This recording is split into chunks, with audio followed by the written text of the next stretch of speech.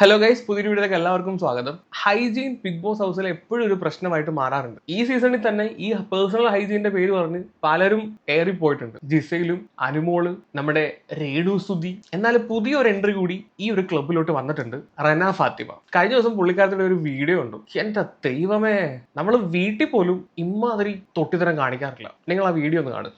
റന കിച്ചണിൽ നിന്ന് ഇളക്കിക്കൊണ്ട് നിൽക്കുകയാണ്. ചട്ടുകത്തിൽ നിന്ന് സാധനം തോണ്ടി നക്കുന്നുണ്ട്. ഇതൊന്നും അല്ല, ഇതൊക്കെ ഓക്കെ, സമ്മതിക്കുന്നു. എന്നിട്ട് അവിടെ ഇരിക്കുന്ന ഒരു സ്പൂൺ എടുക്കും. സ്പൂൺ എടുത്തിട്ട് ഇങ്ങനെ പോലും അല്ല, അണ്ണാക്കിലങ്ങ് കയറ്റും. അത് മൊത്തം അതിന്റെ ഹെഡ് അണ്ണാക്കി കയറ്റിയിട്ടാണ് അത് കഴിക്കണത്. അവിടെ ഇരിക്കുന്ന എന്തോ ഒരു സാധനത്തിലും, മേ ബി പഞ്ചസാര, ഉപ്പോ എന്തോ ആയിക്കോട്ടെ, ആ അണ്ണാക്കി ഇട്ട സ്പൂൺ ആരെങ്കിലും നമ്മൾ വീട്ടിൽ പോലും ഇമാതിരി പരിപാടി ചെയ്യത്തില്ല, ഇട്ടിട്ടാണ് അത് എടുക്കാൻ പോകുന്നത്.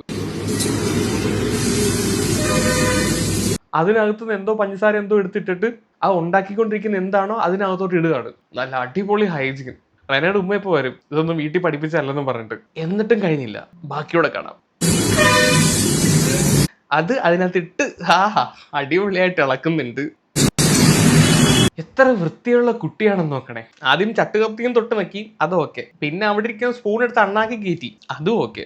അത് കഴിഞ്ഞ് ആ സ്പൂൺ എടുത്ത് പഞ്ചസാരക്കകത്ത് മുക്കിയിട്ട് ആ പഞ്ചസാര അതിനകത്തിട്ട് കോരിയിട്ട് എടുത്ത് പാത്രത്തിൽ ഇടുകയാണ്. പഞ്ചസാരയാണെന്ന് തോന്നുന്നു, അവിടെ തുപ്പൽ അതിനകത്തും ആക്കി.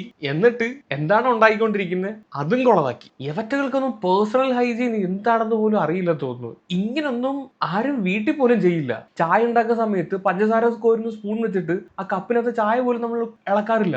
കശത്ത് വെച്ച് ചപ്പാത്തി വരുത്തി ജിസേലിന്റെ കൂടെ നടക്കുന്ന ടീമല്ലയോ, അപ്പൊ പിന്നെ അവിടുന്ന് വല്ലതും പകർന്നു കിട്ടിയതാവും. അങ്ങനെ പറഞ്ഞ് ആശ്വസിക്കാം. പക്ഷെ ഇത് കണ്ടിട്ട് ഇത്രയ്ക്കുള്ള വൃത്തിയൊക്കെ ഉള്ളതെന്നാ തോന്നുന്നത്, അല്ലാതെ ജിസേലിന്റെ കയ്യിൽ നിന്ന് കിട്ടിയൊന്നും ആയിരിക്കത്തില്ല. എന്താണെങ്കിലും ഈ വട്ടത്തെ കണ്ടസ്റ്റൻസ് ഒന്നിനൊന്നിനും മെച്ചമാണ് പേഴ്സണൽ ഹൈജീന്റെ കാര്യത്തിൽ. സാധാരണ ഒന്നോ രണ്ടോ മാക്സിമം ആളുകൾ മാത്രമേ കാണത്തുള്ളൂ ഏതെങ്കിലും ഒരു സീസണിൽ വൃത്തിയില്ലാത്തത്. ഇത് വന്നേക്കുന്നതിൽ ഭൂരിഭാഗം ടീമിനും വൃത്തി എന്ന് പറയുന്ന സാധനം എന്താണെന്ന് പോലും അറിയില്ല. കൂടുതൽ ഒന്നും പറയുന്നില്ല. എന്താണ് ഗൈസ് നിങ്ങളുടെ അഭിപ്രായം? താഴെ ഒന്ന് കമന്റ് ചെയ്യുക.